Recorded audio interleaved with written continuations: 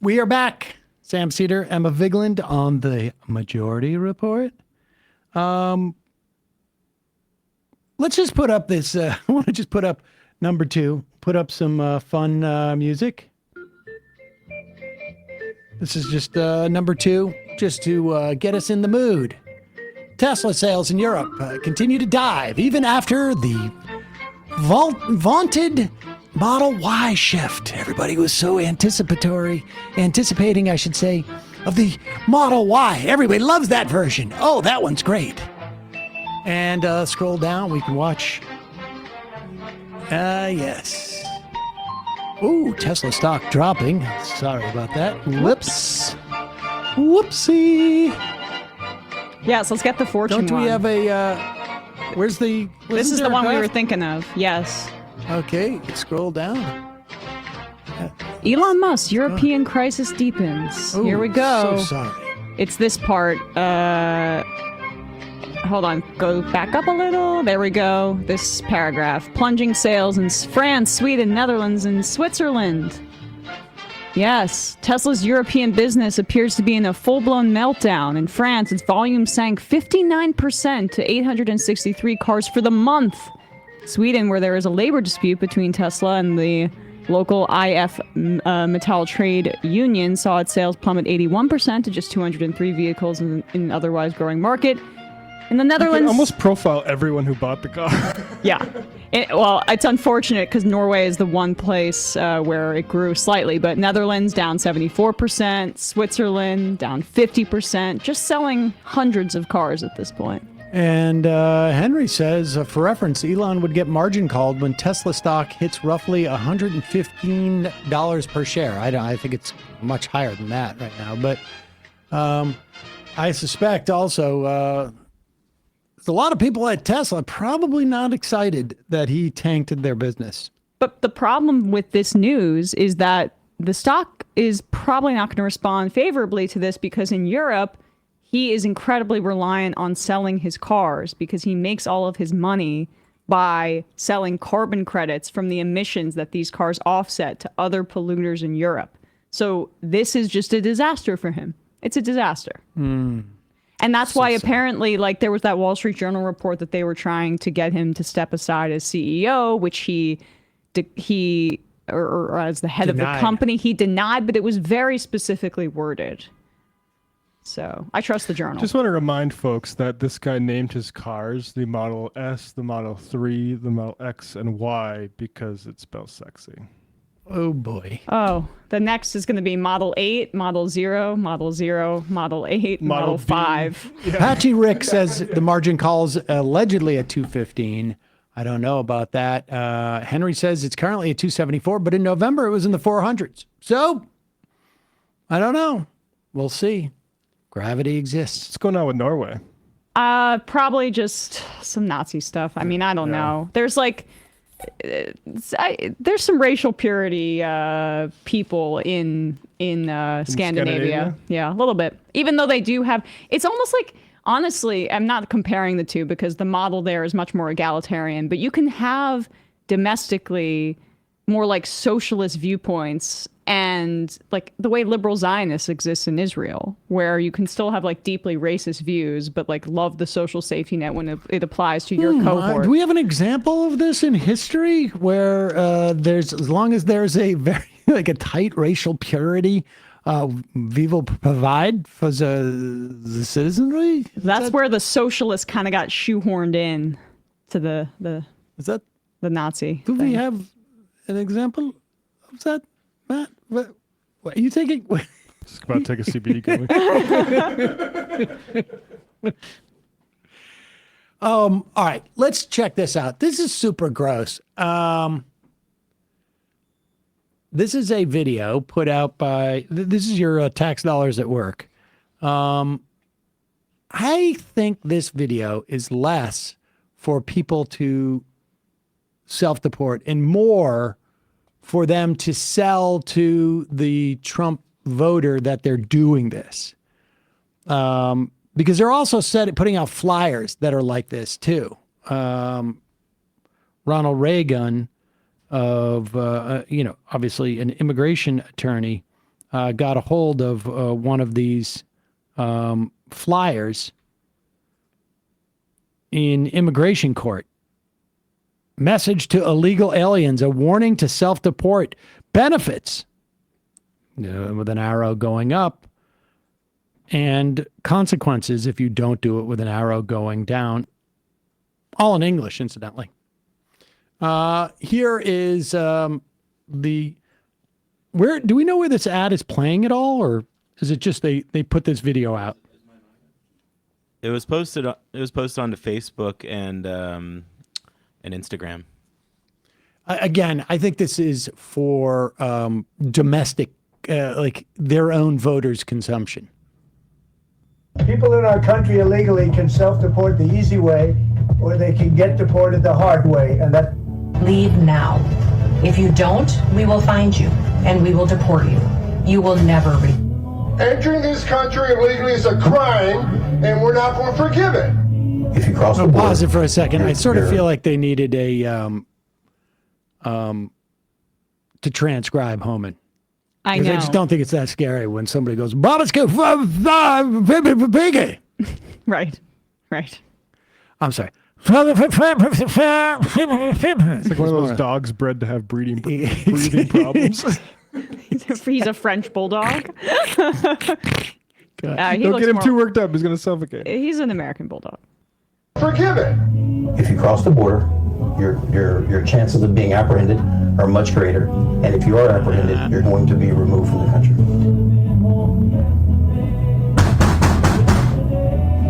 Somebody's at the door. There we go. Okay, now turn the volume down on that. They had John Denver playing in the background. Country road, take me home. Wait, so the guy watching that Denver. was an immigrant? I think he's in a trailer watching in a trailer watching TV, and then he hears the call of his CBP1 app to take him home. You know. I thought that was a Trump supporter watching the thing, but it's whatever. They don't want to make it like they want to make that vague, I think. I do think that this is for very clearly for their own voters to like, this is their advertisement. Look what we're doing. But I do think there's probably a lot of people who have left the country. And we're going to see a drop in immigration. And I think we're going to feel the pain of having in certain sectors farm worker shortages. I think we're going to see a lot of fruit that's going to end up spoiling. There's going to be exacerbate issues for farmers. I think we're going to see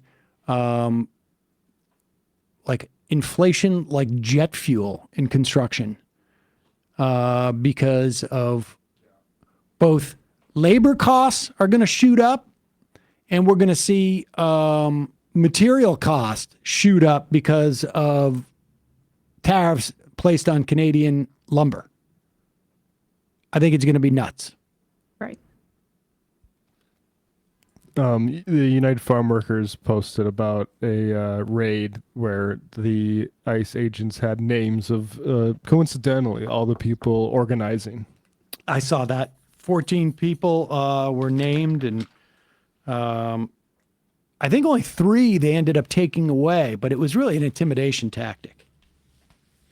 Just how Trump used, wasn't ICE at the time, border security or deportation services back when he was demolishing the building where Trump Tower would be. There was a bunch of Polish undocumented workers, and they were getting stiffed by Trump, surprise, and they threatened to kill the guy who was Trump's liaison, and Trump got deposed for it. It's all in, what's the guy's, the guy who wrote that book on Trump, the journalist who passed away.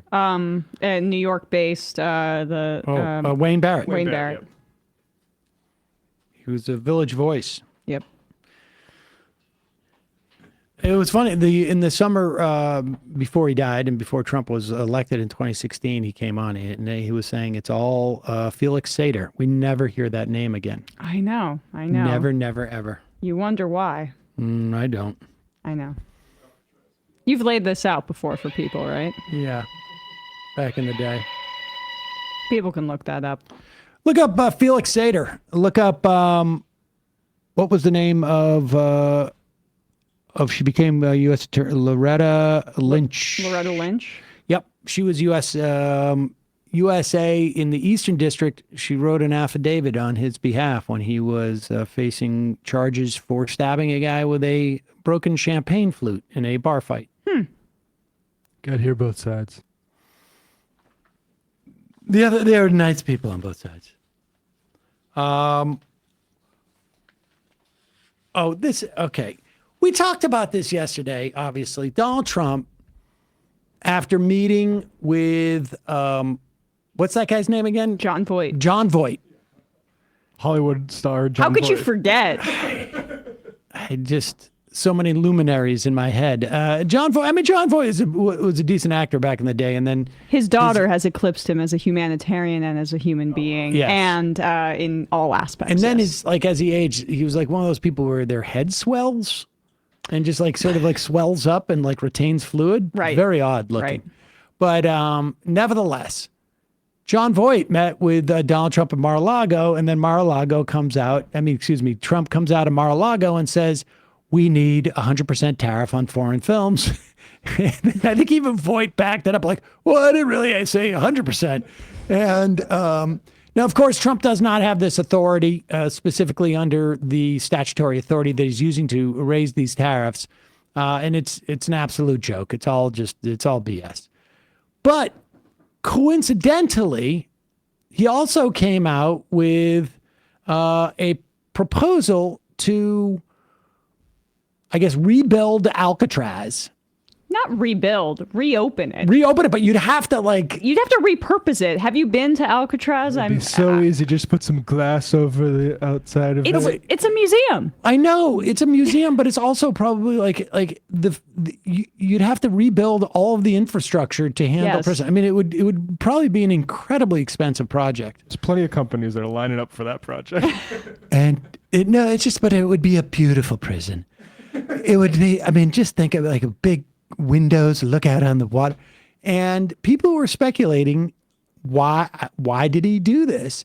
And, I said yesterday that maybe John Voight would just got into talking about movies and Clint Eastwood. And no, there were people on Blue Sky who were saying that it ran in Palm Beach that Saturday night. Escape from Alcatraz? Yes, on amazing. like a UHF channel. Like, can you imagine like being president of the United States and just like, it's Saturday night. What's on tonight? My wife hasn't spoken to me in probably 7 or 8 years, and maybe more. Let alone touch me. As soon as the agreement was struck about her staying with me to pretend like she's the first lady, of course, one of the stipulations was no sex. So I guess I'll just watch, see what's on TV. Yeah. And sure enough, he more or less admitted it in a press conference that Standing next to Roger Goodell, the commissioner of the NFL, just want to point that out. I was not creepy. I was not expecting to see Roger Goodell's face here at And the White House. he admits that his idea about reopening Alcatraz came from watching a movie. How did you decide to reopen Alcatraz? Can you walk us through that decision? Did I say what? To reopen Alcatraz, how will you use it? How did you come up with the idea? Well, I guess I was supposed to be a movie maker. We started with the movie making, and we'll end. I mean, it represents something very strong, very powerful in terms of law and order. Movie? Our country needs law and order. Alcatraz is, I would say, the ultimate, right? Alcatraz, Sing Sing, and Alcatraz. Roger's like, why are you the looking movies. at me? But, Movies. Wait, go back. Just like the movies. That's on the movies. He's so like we talked about Biden and all the people saying, oh, you hid how Biden was, like the Ben Shapiro type saying you hid Biden's dementia. They're gonna do that for 4 years now. Oh, I yeah. said what now? What? movies. Anyways, He says I was supposed to be a movie maker. yeah. No, it's supposed I to would be a movie. love to see a movie made by Donald Trump. Oh no, I've made movies. I've made movies. Let me just say, wait, the Have you seen videos, the P tape? the videos, like a Golden Shower 1 and Golden Shower 2. Go ahead. How did you decide to reopen Alcatraz? Can you walk us through that decision? Did I say what? To reopen Alcatraz, how will you use it? How did you come up with the idea? Well, I guess I was supposed to be a movie maker. We started with the movie making and we'll end. I mean, it represents something very strong, very powerful in terms of law and order. Our country needs law and order. Alcatraz is, I would say, the ultimate, right? Alcatraz, Sing Sing and Alcatraz, the movies. But The movies. it's right now a museum, believe it or not. A lot of people go there. It housed the most violent criminals in the world, and nobody ever escaped. One person almost got there, but they, as you know the story, they found his clothing rather badly ripped up. And a lot of shark bites, a lot of problems.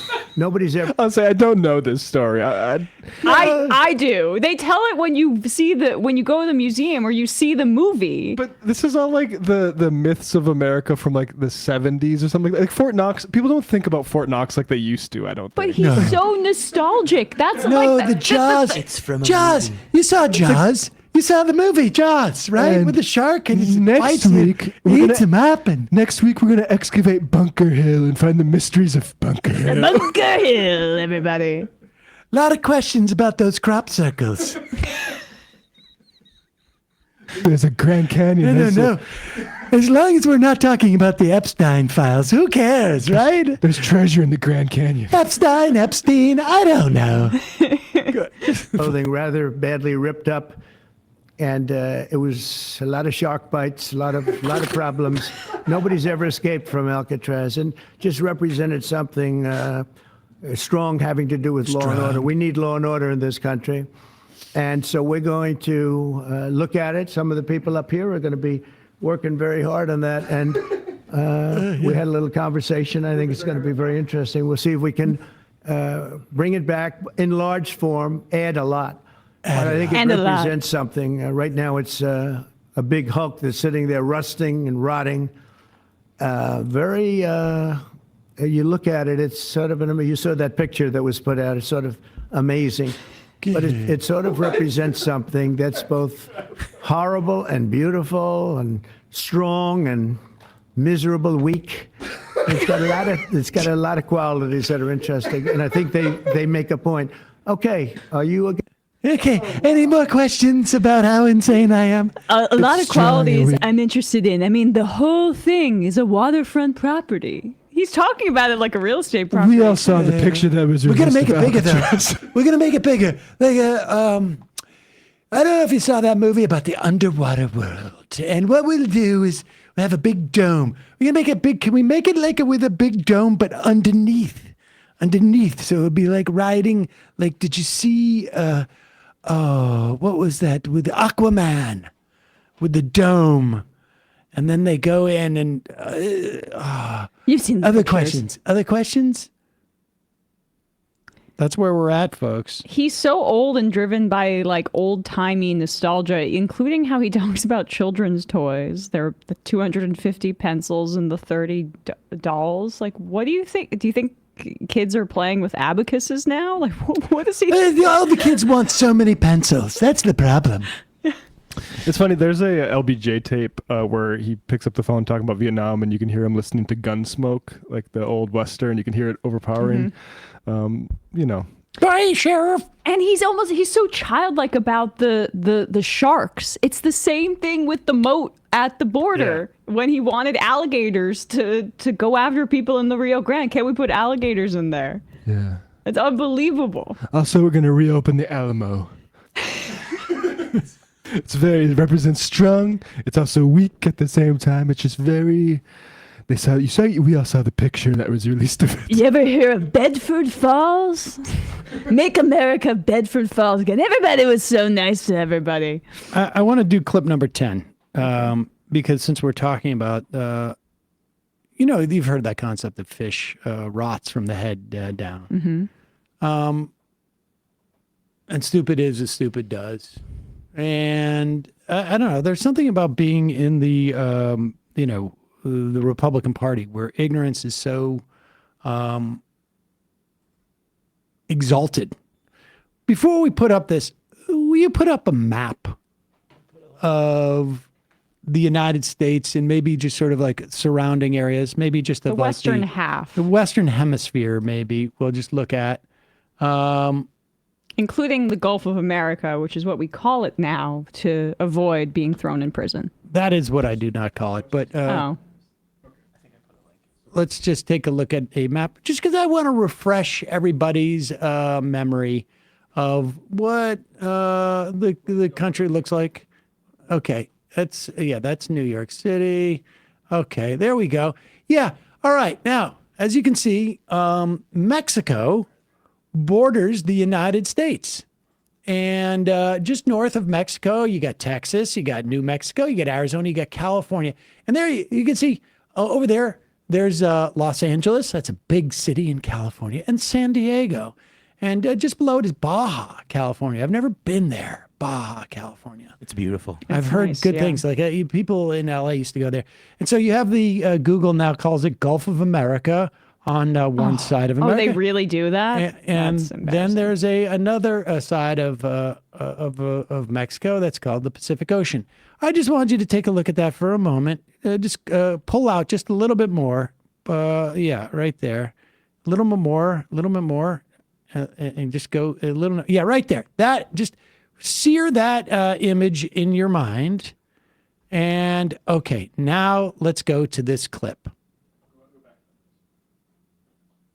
Now, I should say, this is Harriet Hagman, Republican from Wyoming, and she's talking in the House Rules Committee about a dynamic where Mexico dumps some of its sewage into the Pacific Ocean, and it flows up to San Diego. But why is she talking about this? She's a congresswoman from Wyoming. Well, it's because of what the maps say. For a variety of reasons, but I think another reason why we should change this to the Gulf of America versus the Gulf of Mexico is for over 40 years, the country of Mexico has been dumping raw sewage into the area near San Diego, California. And the head of the EPA, Lee Zeldin, was just there approximately 2 weeks ago. I was just in San Diego meeting with some folks down there, and they described the situation. It's absolutely a horrific situation. It is an environmental catastrophe and disaster created, and the country of Mexico absolutely refuses to address it and fix it.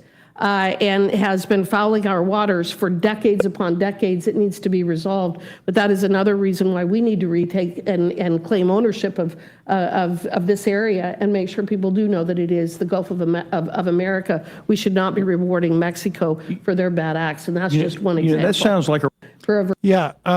Let's take a look at San Diego again, and you'll notice on the opposite side of the country of Mexico from the so-called Gulf of Mexico.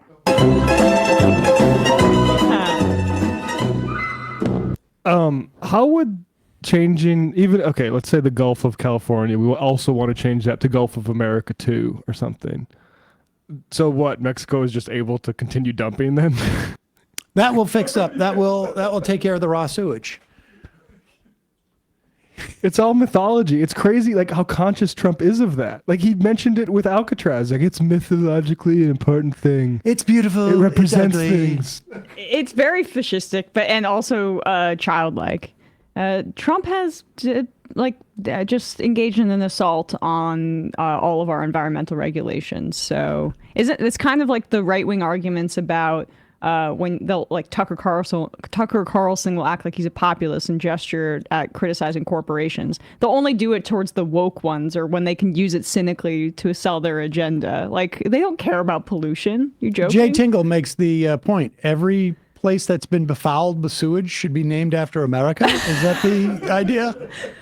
That is us putting our stamp on things. Also, why are we allowing these oceans to take the name of whatever country Pacific is or Atlantic? How about American Ocean left, American Ocean right? That's Perfect. the way it should be. Call it the Trump Ocean. I think we should indict the ocean, the Pacific Ocean, because what she's talking about there is the Tijuana River, which is actually south of the U.S.-Mexico border. But based on, the currents and what weather might be doing at the time, some of the sewage, when it rains a lot, does flow northward. So maybe we need to figure out if maybe we could fire some rockets or missiles there at the ocean to punish it. It's the same ones we were going to shoot at that hurricane to stop it. Bring back atomic bomb testing. Let's light this ocean up. Oh, call it the American Ocean. Trump is handing out pollution waivers, according to Earth Justice. Polluters can now email their way out of clean air laws, courtesy of Trump, from 4 days ago. Speaking of just absurd,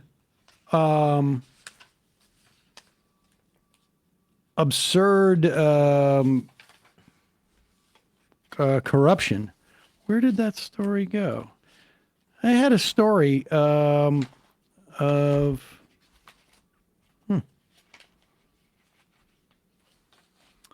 there was a shipping company. Maybe you can find this in the Huffington Post. Would you look for that, please? The HuffPost shipping company took out a loan, bought some bonds for something like $20 million. And they had to, I guess, I'm not quite sure why they had to, in the HuffPost, it was a trucking company. Bought a bunch of, took out a $20 million loan. And when they reported why they were borrowing this money, it was to buy $20 million of Trump coin. Here it is, Freight Technology. I'll send it to you.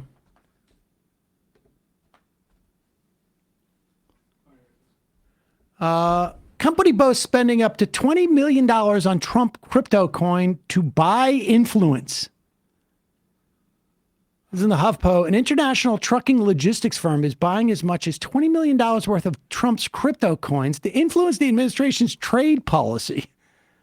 Freight Technologies CEO Javier Selga said Wednesday in a news release that buying Trump coin would be an effective way to advocate for fair, balanced, and free trade between Mexico and the U.S.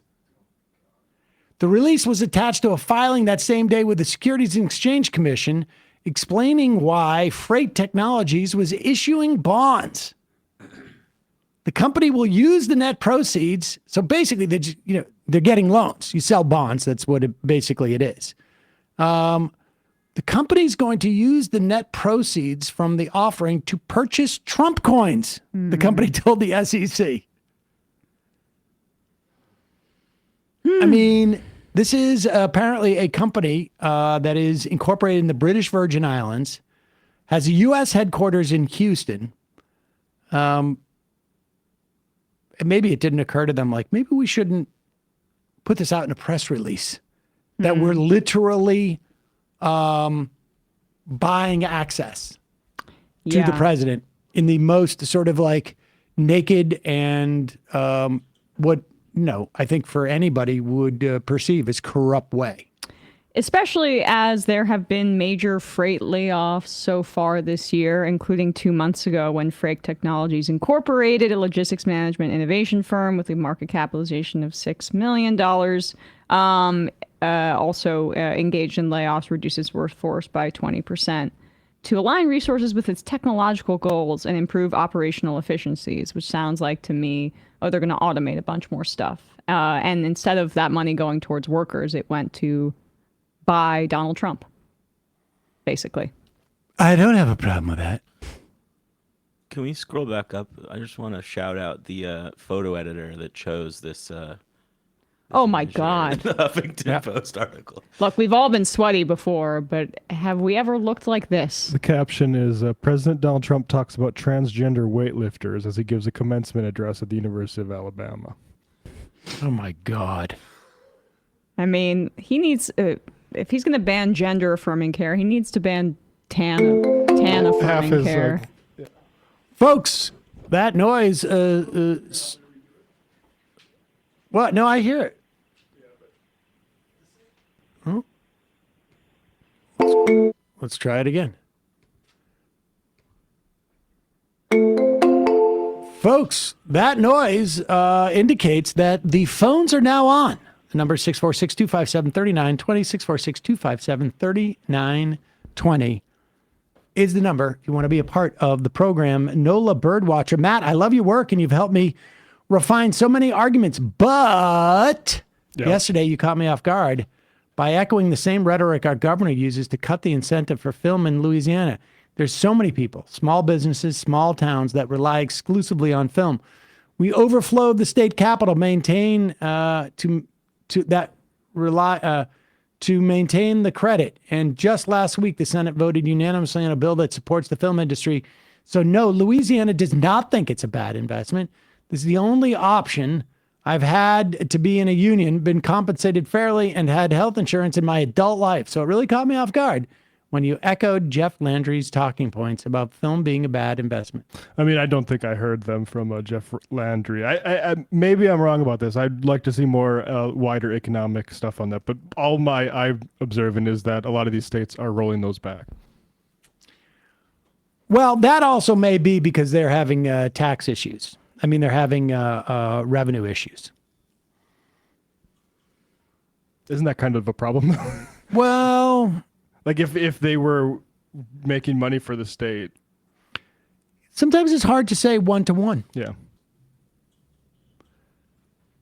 Calling from a 719 area code. Who's this? Where are you calling from? Hey, this is Christian from Colorado. How are you? Christian from Colorado. What's on your mind? Hey, I heard your earlier segment about local, especially rural areas and government related to immigration policy, and I figured I could chime in on my own perspective. Recently, we, through efforts of mine and my community, tried to push for a sanctuary city law here in our community, and I can tell you firsthand that, yeah, the biggest deterrent is the fear instilled from the Trump administration. I mean, we had hospital executives reaching out, asking us to reverse even having a town hall conversation about this because of the fear that they had about losing funds, which usually my retort is, you know, how can you imagine that they're not going to lose funds anyways under this administration, especially a rural hospital? But I just figured I'd chime in and kind of let y'all know that that's definitely the reality in local governments. It definitely makes people stop and genuinely think, even if they're not afraid of personal persecution, but at least of the consequence of the larger consequence of like loss of funds, whether or not it's justified or defendable. Well, I mean, it's certainly justified to be nervous about it. I'm not going to say that people should be, more aggressive or not, in any specific situation. But this is what authoritarianism, this is what it is. This is what it is. I mean, this is full on, this is full on authoritarianism, and it is so effed up. And the way that it's going to stop is if, communities bind together and basically say, we're going to protect each other. The sanctuary states are going to, states and cities and towns are going to protect each other from the Trump administration. Right. Fully. And I had that discussion with our mayor as well of like, the idea of us folding behind pressure of authoritarianism isn't actually going to, make it go away. It's not going to make it to where we lose funds or we're not going to be targeted. It's just allowing them to continue operating the way they're operating if we're not going to be pushing back with our own local legislation. And ultimately, like whether we like it or not, we're going to be targeted one way or another, especially our community with our demographics. I think sometimes the most effective way to appeal to people in this type of situation is understand all you're doing is purposefully making someone else the victim. Mm-hmm. Because that's what it is. The calculation, if we keep our head down, we won't be the one who's going to get their head lopped off. That may actually be true in the short run, maybe even in the long run. But it necessarily means that you are sacrificing somebody else who's doing the thing that you know is right. Right? I mean, the inclination to become a sanctuary city, if people are actually interested in it, they know it's the right thing to do. And they're too afraid to do it. But they also should be aware that when they don't take that stance, they are choosing some other municipality to be the victim of the administration. And that goes for individuals too. Somebody else is going to take the hit. I appreciate the call. Fully, I agree. One more plug, if I could, real quick. Local Progress is a group that's doing a lot of work. I actually just recently went to a convention that they had nationwide. We had like 26 different state representatives across from 26 different states, mostly local council members, county officials, some state reps, but they seem to be doing a lot of work. I went there and I learned quite a bit about how to effectively push for that. So if anyone is looking for resources and you're a local elected, I definitely recommend Local Progress. Everything I've seen from them, from their housing to immigration, has been a great resource so far, and I wish I knew about them before when I first got started in my elected position. Oh, cool. Local Progress. Appreciate that. Thanks for the call. Thank you. Yep, thank you. Just on this state sort of tax breaks for film stuff, I think it's an interesting discussion. I will just cite this article in Current Affairs, Nationalize the Banks, or Nationalize the Movies, we should also do the banks, by Zach Terrace. There's a paragraph later, it says, deep-pocketed studios are relying on the pliancy of states. Mostly subsidies are in fact a little more than bribes to studios and producers. State officials can claim some positive PR about jobs and growth, and the saccharine prestige of show businesses helps the medicine go down with the public. Maryland, in a 2014 study conducted by the state, found that every dollar spent on tax credits from film production, only 10 cents was recovered. When the state legislature tried to go to Veep and House of Cards about that arrangement, they moved to California. So the argument in this piece is that it basically creates a race to the bottom type of a deal. Well, I'd rather you subsidize if you're going to do it because of the people who are working there. Subsidize the workers directly. That's what this article makes the case, that you need to go back to New Deal style arts. I forget what the arts. The WPA. Yeah, that's the better system than differential tax breaks. Calling from 509 area code. I have a feeling someone's ears were burning. This is Ronald Reagan. Ronald Reagan. How are you, sir? How's it going? And, I'm fine. How are you? Ronald Great. Reagan is, of course, an immigration attorney. Hello, Reagan. Hey, how are you? Must be a fun time for you. Sam just interrupts Emma. Oh, I'm Classic. sorry. Emma, please continue. Well, to say listen. Hi to Yeah, Ronald how Reagan. are you? Okay. So I need to do an inventory with you guys because I feel like it's important to check in with your media sources once in a while and make sure that you're still on the same page. I used to be a big Jimmy Dore fan back in the day when he had a show with Frank Conniff and all those guys. And then, if you're not careful, the next thing you know, you're off the rails. And so I just kind of need to know, what kind of pussy has the new guy getting? What are you talking about? Well, politics are all about whether or not. Oh, is this the Andrew Schultz? You're taking the Andrew Schultz lesson. Is that right? I mean, that's basically what my politics are about. Sam, I know, you got a girlfriend. I'm pretty sure I've heard about boyfriends and girlfriends with Matt and Emma. And that's cool. That means, they're probably getting something. Yeah. I don't know anything about this new guy. And I don't know. I mean, what if he's lame, Yeah. Well, I mean, maybe this is something we could set up some type of interview that you could do with him or something like that. I feel like the audience deserves to know. I mean, but. Well, I mean, it's up to him. Maybe it's I was married at the Manhattan courthouse, as I said earlier, going on 2 years come June. And yeah, hopefully eventually I'll get lucky. Nice. Nice. High five. Still waiting High for, five. Very nice. for some Very return nice. on that. But yeah, I am married, so hopefully. Wait, waiting for some return on that. Well, It's the long game. Yeah. I heard once you get to It's, like five, it's called the bond once you make market. it to 5 years married is when it starts. Things get interesting. You get to second base, third base. All right. Well, we'll. I'm gonna have to think about this for a while. But Pray for Reagan, me. what if I told you I was the only single one here and the answer is none? I mean, that's what happened to Jimmy Dore. People think it had to do with Hillary and stuff like that. But really, guy went on a cold streak, and the next thing you know, Yep. so Politics go sideways. We don't have Bye, to guys. discuss it. All right. Appreciate the call. That was not what I had anticipated. That was a long call. That guy has a law degree. joke. Yeah. He gets wide berth because I have a feeling work is a little bit depressing for him these Letting days. off some steam over lunch. Yeah.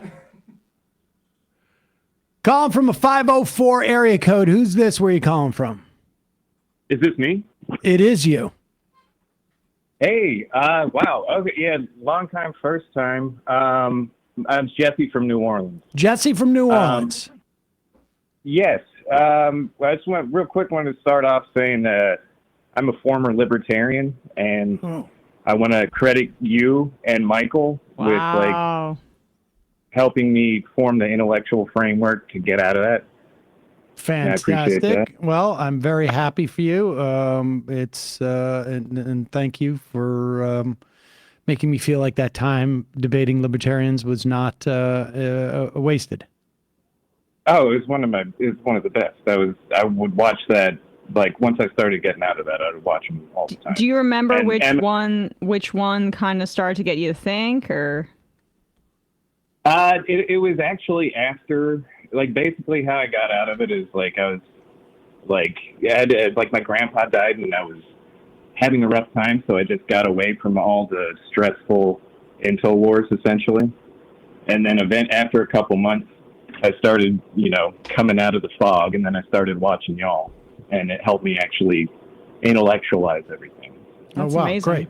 Well, I'm sorry about your grandpa, but Thanks. It got me. It was terrible, but the timing got me out right before Trump, so that was nice. oh, good. What else you got? So I'm a film marker in Louisiana, and like in general, just want to get out. Like the working class film industry has just been devastated over the past couple of years.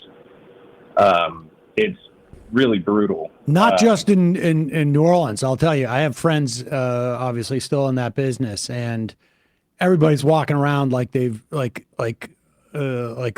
zombie, like they've been hit over the head. It really is really rough right now.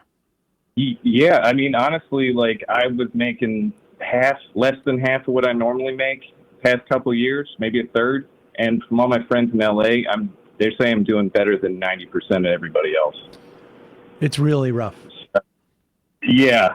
As far as the tax incentives in Louisiana, most of that, from what I can tell, it's that our legislature is completely incompetent, particularly under Republican governors. Yeah. Like under Jindal, when we were having gigantic movies all the time, everybody was working. It was fantastic. And then they totally messed up right in the tax incentives, where they said you can give out as many tax incentives there's no cap on that, but there was a cap on how much you can promise. There's no cap on the promise, but there's a cap on how much you can actually pay out. So nobody knew if they were actually going to get their tax incentives or not. So everybody went to Atlanta, and that's why Atlanta has eaten our lunch. And that's where they film all those Avengers movies and stuff like that, down there in Atlanta. Yep, it's not. Now it looks like they're moving to the UK too, which is fun. Well, it reminds me of in sports, like right now there's some backlash to taxpayer funded stadiums, and the NFL has basically discovered that if you put it up for a voter referendum, they lose every single time on referendums, where voters say, like, should our taxpayer money go to subsidize this billionaire stadium? And part of the problem is like people are sick of taxpayer money going to bring in business, where you can be like what the Rams did in St. Louis, where you can like get taxpayer money for your stadium, and then when you get a better deal or you want to move to a better market in LA for yourself, that's what happened with Kroenke and the Los Angeles Rams. And this is the kind of thing that's happening all across the country, including right now. There's a fight over the old RFK Stadium site for the Washington Commanders, and how much taxpayer money is going to come from DC to build that, because they know if they go to the voters, people are going to reject it, because there isn't like there aren't clauses in there to say like you've got to keep the business here. If taxpayer money goes to a stadium, I know I'm a little afield of what you're saying, but like if taxpayer money goes to a stadium, there should be clauses in all of this that they have to stay permanently in the state, for example. And I think that's part of the issue with how these like southern states have tried to draw Hollywood there or film to film there. Yeah. I mean, yeah, it's pretty. And the thing with Louisiana, I don't know all the specifics, but I know Louisiana is particularly corrupt for the U.S. Like there's a business council that has veto power over all bills. So much of this is like it's a kickback, right? I mean, the legal part that we know of is a kickback. You're producing a film. We're going to put more money in your pocket to do it here. Not like even your business. You're not going to be able to hire more people. They're going to hire the same amount of people that they need to hire. They're just going to put money into the pocket. And then what happens is there's another kickback that's got to go from the producer back to the lawmakers, probably in some quarters. Almost there. So it's just sort of like a way to siphon out tax dollars into private hands. Appreciate the call. Yeah, thanks. Hey, love y'all. Emma couldn't ask for a better replacement for Michael. Oh, that was very nice. Thanks. Very sweet. Thanks, y'all. Thank you. Jefferson Davis Vance writes in and says, Brett Favre. I mean, that whole scandal of misappropriating Mississippi's welfare funds to pay himself a speaking fee, or to get paid a speaking fee, and then also for it to go to his daughter's volleyball stadium at, I forget which college she was at in Mississippi. But yeah, that happens all across the country, especially, I think, especially in southeastern states, because of these old Republican lawmakers. Seth, the lit PhD. Sam, really enjoyed your recent appearance on Chapo. Reminded me of the Halcyon days when the Bernie campaign and your appearance with the original Dry Boys way back when. Great episode. Thanks. Yes, if you're a Chapo listener, or even if you're not, I'm on the episode. I guess it was released today. We recorded it yesterday. Maybe it was released last night. It was up or like second you finished, I feel. And you guys talked about the Fetterman piece, right? We talked about the Fetterman piece, which is incredibly disturbing. Yeah, he just responded to it in a comment. I put it in our chat if you guys are interested. But yeah. This Fetterman piece. All right, yeah, let's play this. All right, just to give you a breakdown of this Fetterman piece quickly, because I don't even think we talked about it after you left on Friday with Matt Lieb. Okay. It was incredible, like not in a good way, but it's. I have it right here actually. So. No, I mean it is obvious from the piece that John Fetterman has not recovered in many ways neurologically from his stroke. And what I found, and I mentioned this with the Chapo guys, Gentleson here, this is a total reformation project for him. Yeah. And you have to ask yourself why. The staffer, who's the big source, chief of staff. Yeah. And we had him on this program way back when we were talking about the filibuster. He worked for Harry Reid, whose politics I thought were quite good as the Senate Majority Leader. And not great, but relative for a guy coming from Nevada from that era, pretty good. And compared to Chuck Schumer. Oh my God. Yeah. I mean, he was smart. Let me put it this way: he was smart as a tactician. In fact, a lot of the D.C. circuit, I don't want to go too far afield with this, but the reason why we're getting a lot of these court cases out of the D.C. circuit that are so important to the functioning of our government was because that's when he made the decision to get rid of the filibuster for those court appointments. But Jentleson, obviously the reporter is known about this. They're friends. He's friends with the reporter. The reporter reveals that. Yeah. Jentleson has known this stuff, obviously, for a couple of years. And you got to ask yourself, why now? Like, I can understand that, you know, at one point you think you send a letter to the doctor and you say, I'm concerned about him. He's not taking his medication. He's acting in this way or that way that you told us to watch out for.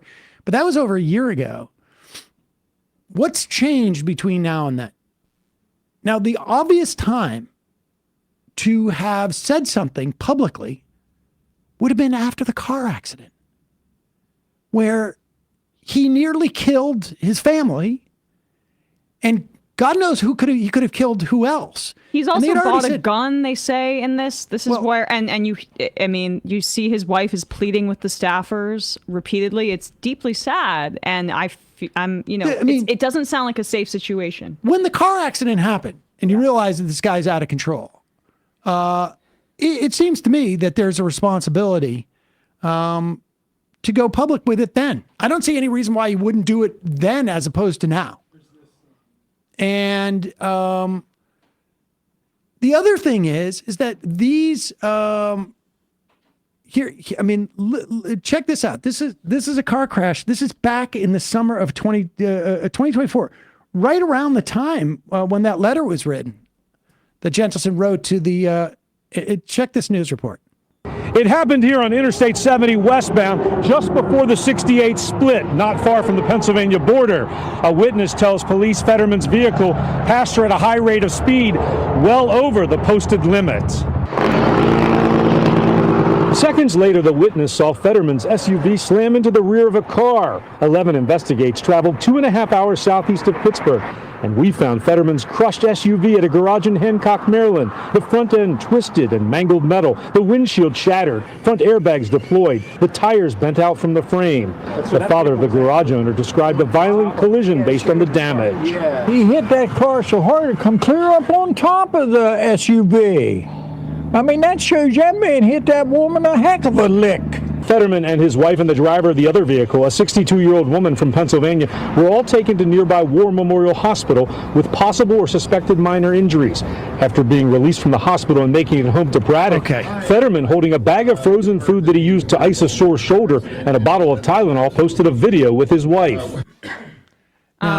Here's the thing. They were complaining that the guy was like tweeting while he's driving 70 miles an hour. And I mean, just to say, the article has a bunch of different things, like that he met with Sherrod Brown and started not acknowledging him and walking in figure eights, that he sees shadows in the hallway and thinks that there are figures that are following him. But the stuff that is just the most important, in my view, has been his full-throated support for the genocide in Gaza. And I just want to read this one part of it because people may not have heard this, that since he became a full-blown Israel supporter after his stroke, although he was always sympathetic to it before, but even more rabidly so. There was also Fetterman's wife, Giselle, who had been become something of a political celebrity in her own right. She is a kind-hearted philanthropist, the proprietor of a free store in Braddock that gave away goods and clothing, and a formerly undocumented immigrant from Brazil, a vocal progressive. In early November, just weeks after the attack, Giselle arrived at her husband's Senate office, and according to a staffer present, they got into a heated argument. They are bombing refugee camps. How can you support this? The staffer recalled her saying with tears in her eyes. That's all propaganda, Fetterman replied. Later, as still visibly upset, Giselle pulled the staffer aside. She asked him if members of Fetterman's team were pushing him to take these stances for political reasons. The staffer told her that the opposite was true. Many of them were just as upset as she was. If you're pushing back on this, there's no hope, the staffer recalled her saying. This is horrible news. And then there's also her apparently seeking help from his staffers to try to distance herself from this, because this is different than the image that he was at least presenting to the public. And a lot of the staffers that joined his team, some of them were former Bernie people that I knew, at least one of them, who ended up resigning. This was a major, he's lost his mind. Yep. He's lost his mind. And so apparently somebody asked him about the story, and this was his response. Haven't heard it yet. This just came out. Yeah, no one's ever seen that. It's a one source story with a couple anonymous sources.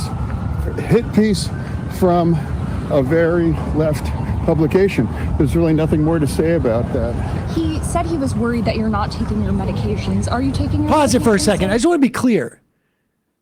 Gentleson is out there right now, essentially, what we used to call hippie punching, just like slamming the left constantly. And the idea that Fetterman is making this about an ideological issue. Here's a quote from the piece. Gentleson continues to believe broadly in the Fetterman project that Democrats would benefit from punching left more often and that voters crave a heterodox candidate willing to stick a thumb in the eye of his own party. He says his disagreements with Fetterman are, by and large, not political, but rather an expression of genuine worry for Fetterman's well-being. So in other words, he was content to ride Fetterman like a donkey until he started moping. And here's the thing. I mean, in addition to this being Gentleson's sort of like, way of sending around his resume, he has an op-ed out, I think, today, too. It was just like so concerted that it's sort of gross. But it shows you how they weaponize the left ideology. This is like, this is the last refuge. It is always like somehow this is a plot by the left to go after him. I mean, go ahead. Yeah, but he says he contradicts himself in 15 seconds. He says it's one source, and then he says it's multiple sources. Can we go back to the beginning? He says one name source, but anonymous source. And then That's anonymous not true. sources. Former and current staffers. Okay, sure, but they also cite that meeting with Sherrod Brown, and Sherrod Brown is named in it. I would not be. I mean, Sherrod Brown didn't say. He didn't comment on it, but but this is an open secret in Washington, is what basically everybody has said so far. It is one source. A guy whose entire career is on the line here, basically telling on his former boss and using his name. One name source. And then multiple anonymous sources. Yes, which is pretty well established journalistic practices. You need one source, and then you need that source backed up multiple times. And if one of the sources was your chief of staff, I mean, that's pretty big. And he had written a letter to a doctor at Walter Reed at the time, documenting in 1,600 words his concerns about your mental health. Yeah, he knew he was going to do that. Yeah. Okay. Story with a couple anonymous sources. Hit piece from a very left publication. There's really nothing more to say about that. He said he was worried that you're not taking your medications. Are you taking your medications, sir? Again, the hit piece, anonymous source. Is that it? That's all we have for now. That's all. Okay. That's the NBC reporter. A hit piece, anonymous source. Just keep repeating that, buddy. But the left thing, the far left. What are we doing? Sorry, where here? was it published? Well, I mean, New York Magazine. Well, it's ridiculous. So Josh Shapiro, do we know what the protocols are for replacing him? We have a Democratic governor in Pennsylvania, not the best one, but there's a Democrat. I don't know that there is a protocol on the state level to replace him. I mean, unless he resigns, I mean, there could be something in the Senate where they could vote. But maybe we should get Chuck Schumer on the phone. My guess is Chuck Schumer has taken an extended vacation somewhere where there's no phones. Yeah. I'm sorry, I'm at the Baileys right now. Please leave your message. Beep. And incidentally, that's what he says when you walk up to him and ask a question. That's not his phone.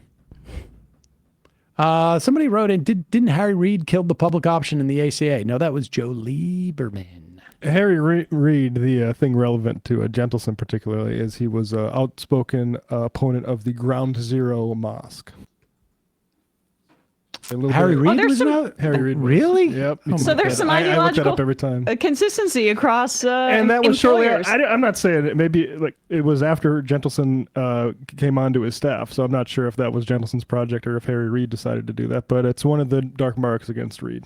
Islamophobia is arguably our most widely accepted form of bigotry in this country, and it's on both sides of the aisle. Fenton Muley's distant father I'm going to write Fetterman a strongly worded letter asking him to take his meds and step aside. It is actually the Fenton Muley voice. Calling from a 704 area code. Who's this? Where are you calling from? Hey, this is Stephen North Carolina. I cannot hear you. Give me a second. Give me just a second. I'm at work. Give me just a second. Yeah, 1 second. I'm not going to give you too much time. Fascinating. Sounds good. You traveling through like the time-space continuum? All right, I got to give you 10 seconds. 9, 7, 6, 5. Can you hear me now? 4. Somehow worse. It's a little bit better. Can you hear me? Yeah, what do you A got? little bit better? Yeah, yeah. Can you hear me now? All right, just quick call. Stephen from North Carolina. Stephen from something Carolina. Okay. North Carolina. North Carolina. All right. Yep. I was going to ask if y'all heard about, so they, in Kansas City, Central, Canadian Pacific. So they made a big, like a line from Canada to Mexico right now. So they right now they're trying to get automated like rail cars to where they're just trying to trying to make it where they're just AI, kind of like they're driving themselves. And I'm really worried that if they do that, then they're going to try to get rid of a lot of like railroad employees. Mm-hmm. So it's like trains.com that they got like a whole section on there, like they're talking about what they're trying to do and whatnot. So We'll check it out. I'll look that up and see what we can find. Appreciate it. Thank you. Appreciate the call. Bye. Let's take. Let's go to this. Speaking of AI, Jesse Waters, where are they? They're definitely. It looks like a Senate office building or something like that. A congressional office building. Yeah, I'm not sure, but here's Jesse Waters with Elon Musk. Jesse Waters is just like is aged in a very odd way. Maybe it's the eye lift thing that he has or something like they both I don't know. It's interesting, but nevertheless, that's not the point here. The point is their abject stupidity and fantasy. I mean, this is like, if you've ever had the opportunity to hear two sixth grade boys talk about stuff, this is going to be reminiscent. That's not fair. This sometimes is the kind of conversation that people who are high in a college dorm room might have. That's true too. But as Elon Musk soaks the government for billions of dollars of contracts and then simultaneously disrupts the lives of literally tens of thousands of people, if not hundreds of thousands, if not millions, and jeopardizes some of our most cherished policies and programs, he is fantasizing about all his work is geared towards something that he says is maybe a real long way off. This is a backup plan in case something bad happens here, going to Mars. That's one of the benefits of Mars is life insurance for life collectively. So eventually, all life on Earth will be destroyed by the sun. The sun is gradually expanding, and so we do at some point need to be a multi-planet civilization because Earth will be incinerated. I'm hearing this for the first time. No one's ever told me the sun is going to burn This is not a Earth. disputed fact. I'm not disagreeing with it. Yeah. I'm just saying I didn't know this was our destiny, to get roasted by the sun. Yes, and I don't think there's anyone who would disagree with that. So we have to set up plans to leave and spread out. I mean, we have several 100 million years, so it's not like you don't hold. It's your breath. actually more than Okay, that. but, We have. if Earth I'm has been sorry. around Can you for pause it for a 4.5 sec? It's about 7 billion years until the Earth is supposed to get gobbled up by the sun. What do you want to procrastinate? Well, all right. Okay. And here's what I would suggest. the difference between 7 billion years and several hundred million years in the context of this conversation is completely irrelevant. There is not a single thing that Elon Musk is going to do that is going to change the outcome of our living on the planet Mars one way or another.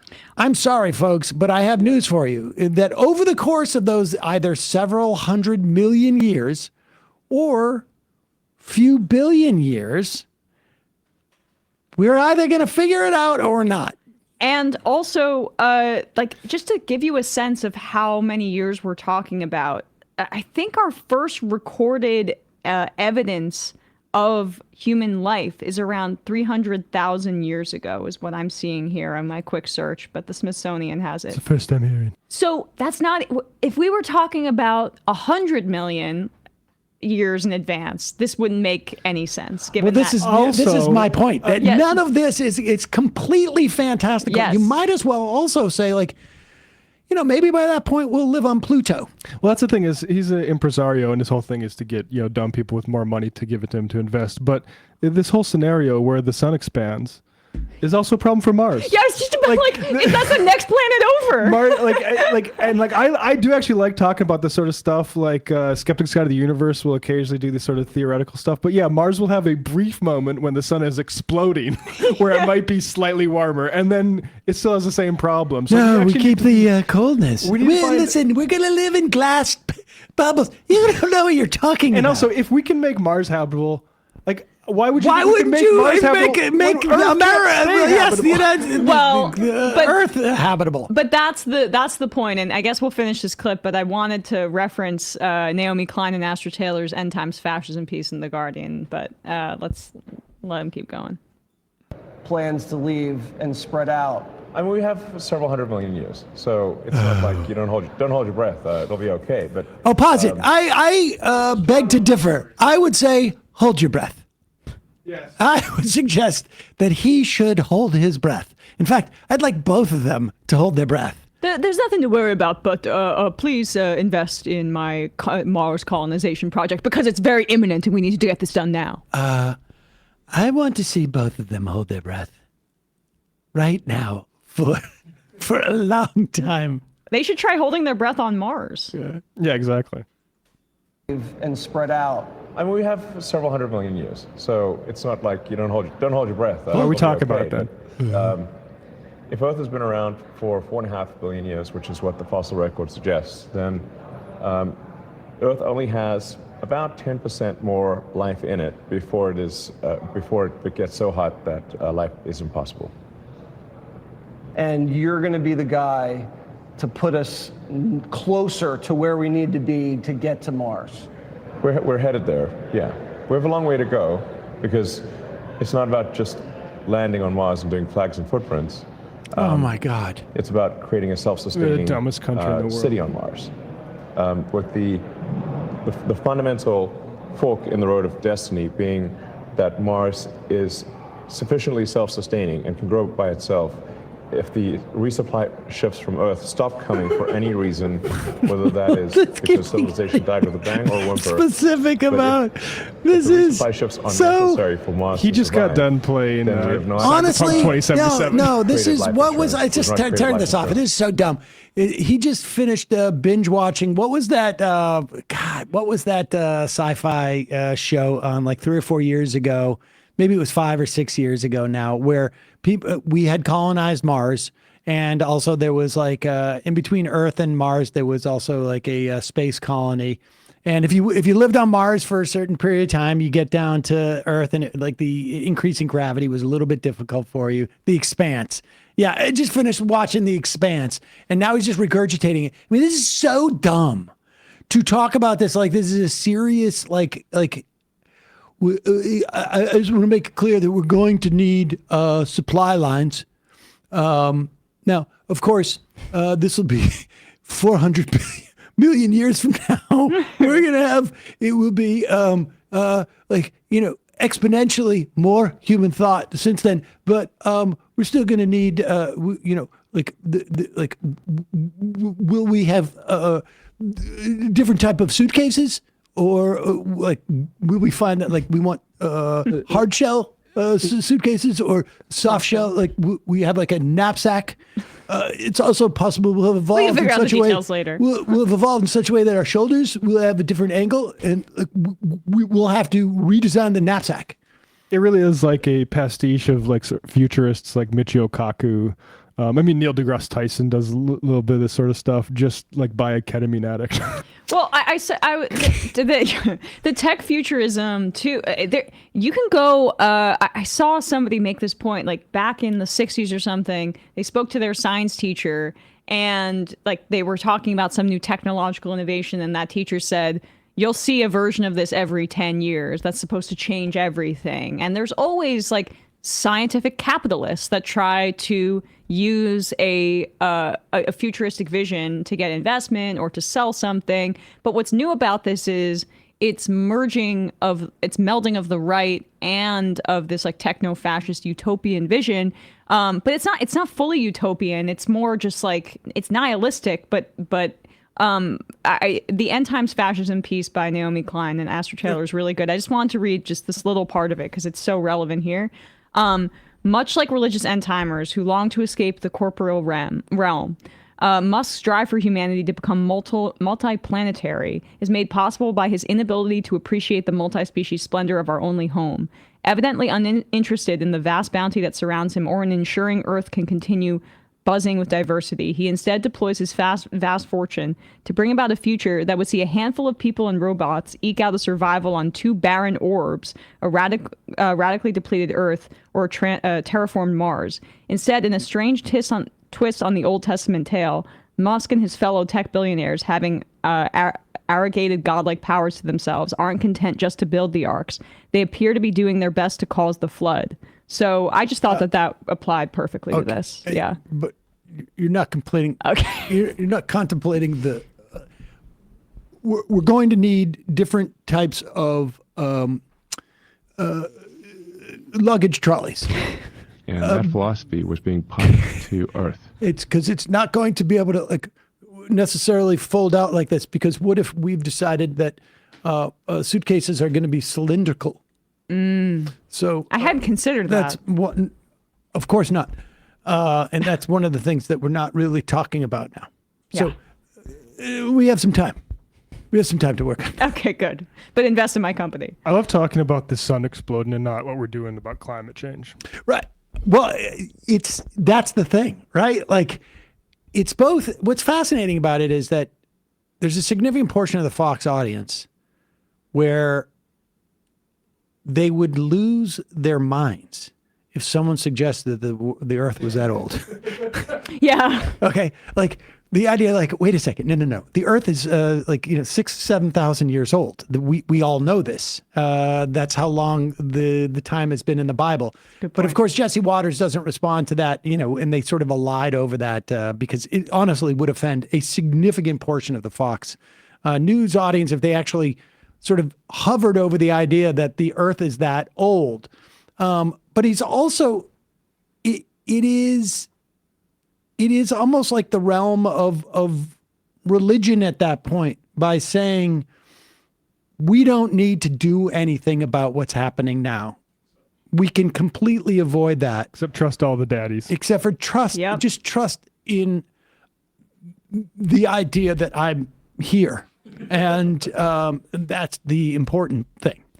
Who needs a functioning nation state when outer space, now reportedly Musk's singular obsession, beckons? For Musk, Mars has become a secular ark, which he claims is the key to the survival of human civilization, perhaps via uploaded consciousness to an artificial general intelligence. But that's exactly what you're saying. It is like we don't necessarily need to worry about the problems we have here on Earth because we have heaven awaiting us, whether that's in the form of seeing Jesus again or if it's in the form of a Mars colony. Exactly. And I will bet you everything I own that Elon Musk is sitting there with like recording devices and he is trying to create an AI that not just sounds like him, but thinks like him. Yeah. so that his essence can exist beyond him. I mean, this is sort of like Jerry now Jones is now we're literally getting doing into that. like the what do you call it? Shoot, what is Galactica? Wait, Battlestar Galactica. Now Let's that's say where Gattaca? Yeah, no, I was going to say Gattaca. Battlestar Galactica. Yeah. That's it. It's basically like I've been watching The Expanse and Battlestar Galactica, and I'm basically that's my entire worldview now. Do you know we'll have space elevators where you take an elevator into space and fly a ship off of it? What we haven't established is what angles they will go, because they'll be untethered. See, You wouldn't make sure there's not a understand. terrorist attack on it.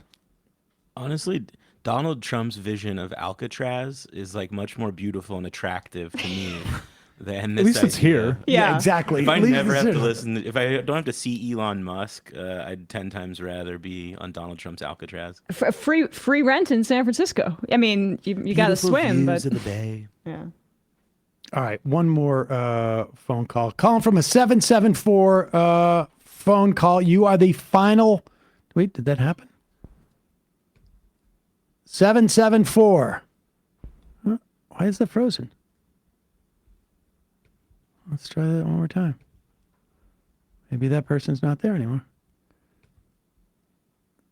It's not working. I don't see them here. No, call from an 810 area code. 810. Oh, hold on. No, 810. Are you there? Maybe I'm disconnected? No, I know you see that, but I mean, maybe why I don't have any sound. Let me call back in.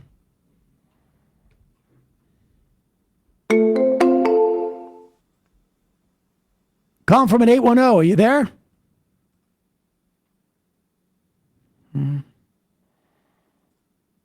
810 gone. Let's try next in line. 774. Can't get out of there. I don't know. Something's gone sideways. Calling from a 703 area code. Who's there? Hello, is this me? Yes, it's you. You are the final caller of the day. Oh, well, what an honor.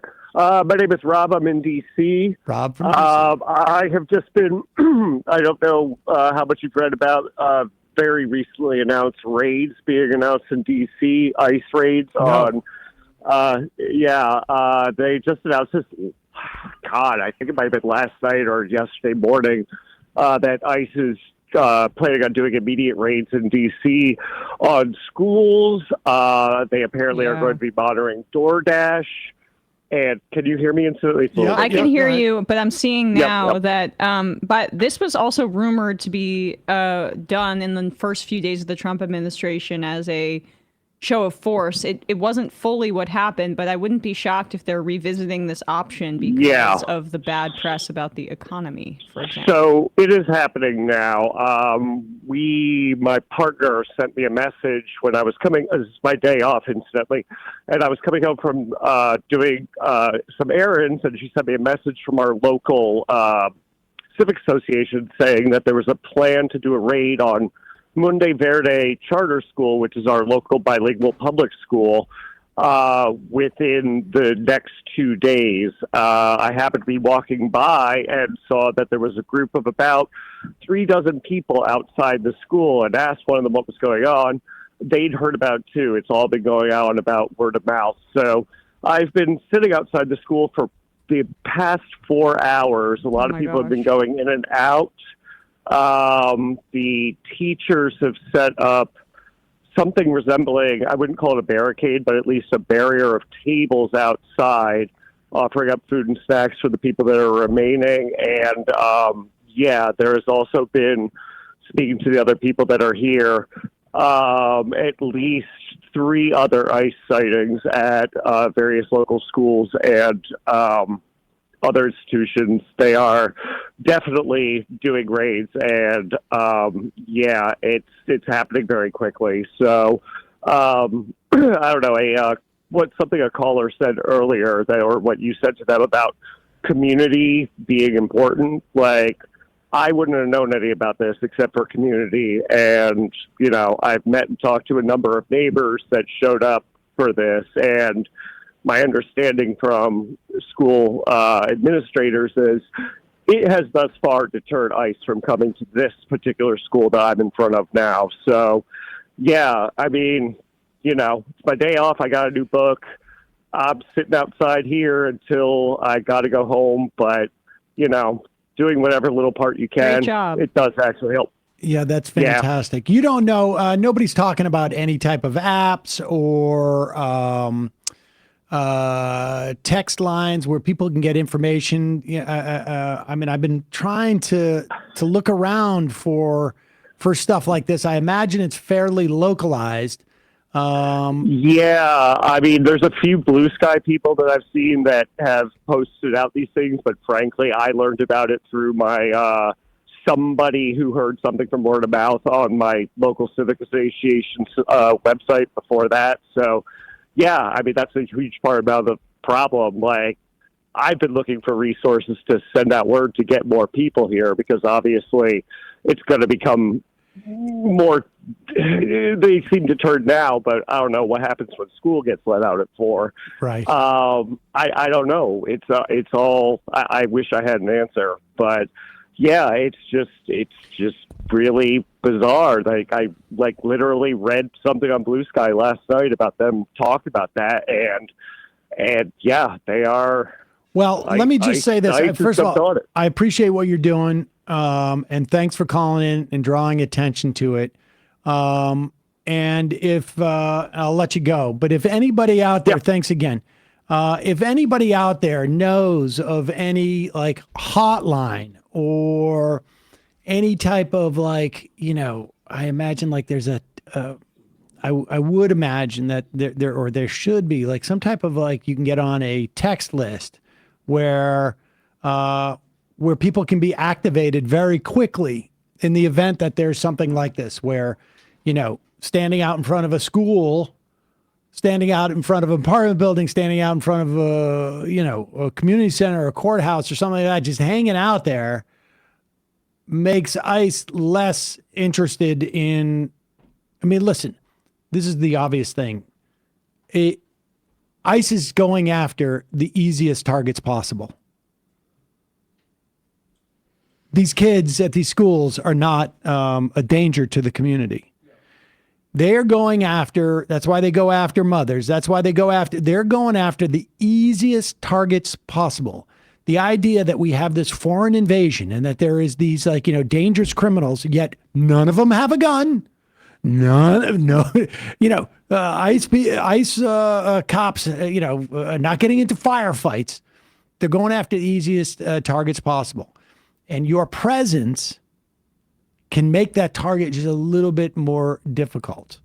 And then they've got to start over again and figure out what to do. So there is an app called Ice Block, I'm being informed, and ayuda.com, AYUDA.com.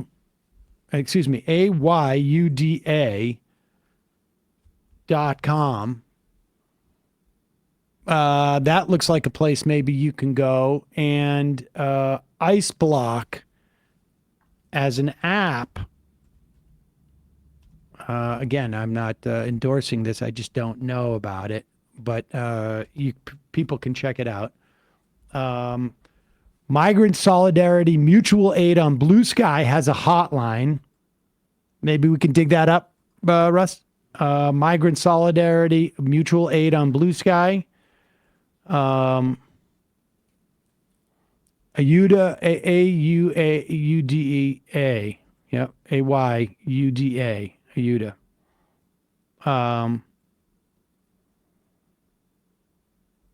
So we'll check those out. To be honest, guys, I would say most activists wouldn't want those strategic details to be made public. I would imagine, but I guess the idea being that you sign up for something and then they deploy people in the last minute. And we saw that with protests. I feel like during the first Trump administration and maybe during Occupy. And they understand, even Miller understands, that raiding schools where kids are just learning and taking them out is not publicly popular, and we see polls. Engermentum has posted one about approval rating with people who pay the least attention to the news. That's the biggest drop we've seen for folks. And so if you can get out there and drive the point home even further that people aren't for this stuff can really turn against Trump, I think. Yeah, I mean that is significant in that is what buoyed the Republicans this election cycle is the voters that didn't pay attention to news very much, and it's also why the Democrats in many ways lost working class voters too, because but that's a real chart there. YouGov, The Economist. Can we put that up? Did we put it up? I'm sorry, I missed it. Yeah. But I mean, this shouldn't be surprising. I like Ed Engermentum's commentary on it. That it turns out that it wasn't because everyone went full MAGA Nazi. It's because people's lives were being pinched, and they took it out on the people who were in power. Yeah, I think that's right. I mean, we also have polls though that show this major gender gap across generations in terms of support for Donald Trump as well. So I think it's a confluence of factors in addition, because there are women that face economic precarity too, but they didn't want to support this administration. And so you can White women did, though. Keep that up. White women, the hardly at all that's my is so point. fascinating. But that's my point, is because white women don't necessarily feel like this administration is going to go after them in the same way that white men, and then also sometimes, right, go on, Sam. Well, the hardly at all is so fascinating because remember, Donald Trump was so tied up for the year before the election with the legal stuff. And the only people paying attention to that was Trump fans. Right. And there was a concerted effort by the news media to not highlight his speeches in the way that they did the first time around. And what's clear when you look at this is that the news is getting through to them. Yeah. The people who hardly at all pay attention to the news are still hearing about it. Obviously I would suggest probably second or third hand, right? They have friends who are talking about Trump and this and that and relating what's going on. That is, that's a 33-point difference. It is massive. It is so much more massive than anybody else, right? And which makes sense because if you're paying a lot of attention to the news, you knew who you were voting for. Mm-hmm. And even then, for most of the time, there's still a 14-point jump. But the hardly at all is the most impressive because it means that there is a way to reach them, and that they simply voted out of a desire for change. Yeah. They were not weighing Trump's stuff versus Harris's stuff. It what he said at rallies. Change. It was just change. And I want something different. And she set it up in such a way that, she literally said nothing's going to change. There was no storyline. There was no, and he was just something different. Now, could she have successfully projected herself as something different? Impossible to know. I think she could have, but she impossible chose not to know. to. But we definitely know she didn't try. Yeah. She didn't try to put any daylight between her and there, and literally said nothing's going to change. And so there's certainly nobody out there who watches the news only now and then, or some of the time, or most of the time. Keep that up, but so that people can see this. That they were going to tell their friends who don't pay attention hardly at all to the news, she's different. Right. That's that's basically the story, and much of the other story. And how would you now? The next part of that story is how would you create change? You could say we're going to do what Donald Trump did. We're not going to and just project again. All you see at that point is not necessarily the policies, just the idea that it creates change. And for her to do that, she would have had to move to the left. Yep. And I think that would have made a difference. I think that would have made a difference. But yeah. I'll just say Hubert 8 Humphrey broke with LBJ on Vietnam and gained 20 polls and almost beat Nixon. Yeah. 672. I know. 68. I just feel like I do have, just because we were going to talk about this yesterday, I just have a responsibility to say, like, I mean, the Trump's approval, there's huge gaps between men and women currently right now still. 45% of men ages 18 to 29 are approving versus 24% of women in that same cohort via NBC. And that's like a nearly 20-point gap, 9-point difference for 30 to 44, double digits for 45 to 64. My point is not that these voters weren't righteous in there, or not righteous. My point isn't that economic anxiety isn't the number one overall reason for this, but that they were more primed to believe a male candidate about what he was selling on the economy than a female one, and I think that's reflected in the gender gap. So it's a, and also of course there was racism too. I'd like to look at this gender gap relative to Biden as well, because the interesting thing is there's a huge gender gap at 18 to 29, but even still, that male cohort dislikes Trump more than any other male cohort. Right. And so I don't know. We need to do an apples to apples of this, because to some extent, women voters are generally overwhelmingly but it's Democrat. It's in the same way that there's a reason that black women are the most reliable voting bloc for the Democrats, because they acutely understand what it means to have Republicans in power, and you're more primed, I think, to accept a Republican argument if you're not necessarily at the front lines of being affected by it, or if you don't perceive that you're going to be affected by it. Yep. So. Also, just breaking news, and I'm just seeing this from our IMs, apparently, and I have not read anything about this. The Supreme Court has allowed Trump's ban on trans people in the military to go forward.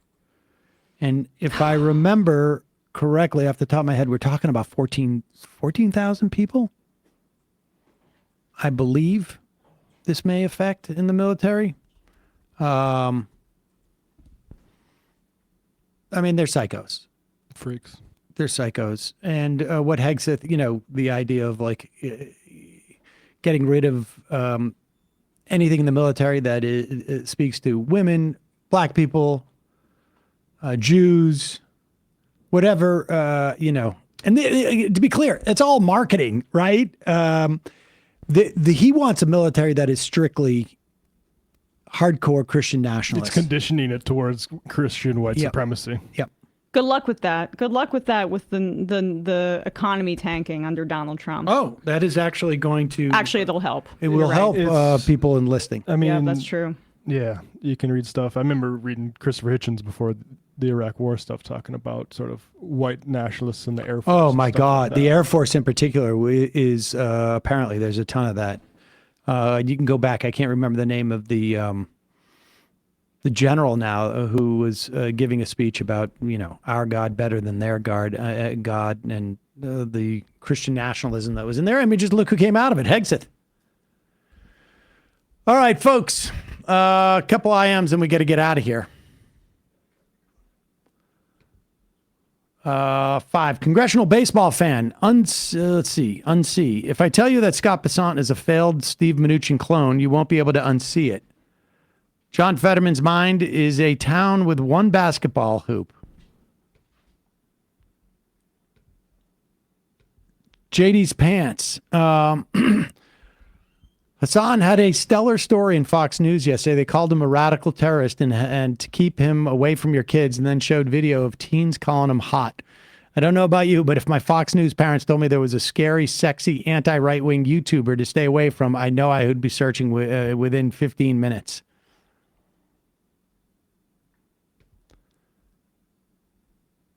Ginger Punk. It's really hard to understand the guest through the distortion. We fixed We fixed that. Hogtown, Trump and Carney met today, was watching some of the CBC coverage, and everyone is taking it as a positive sign that at least he made it to the lunch. Not sure what that means, but we will cover that stuff tomorrow. Carney? GSA in Atlanta.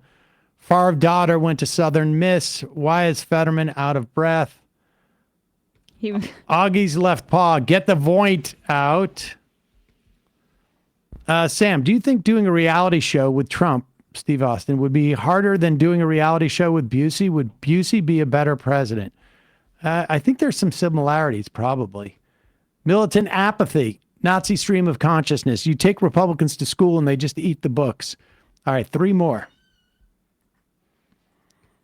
Gregarious Christ. I need Italian Musk back. What? I don't know what that means. Tropical Hawks. What scares me is the militarization of the police and border patrol also means training resembling military training, meaning that they will carry out orders unquestioned in the same way battalions do, putting our communities in perilous situations. And the final I am of the day, Jefferson Davis Vance. This clip indicates so much to me. Science illiterate waters didn't know about our sun, the thing that lets us live on this planet, but is a COVID lockdown expert. Huh. Matt, Russ, Emma, great job today, folks. See you tomorrow.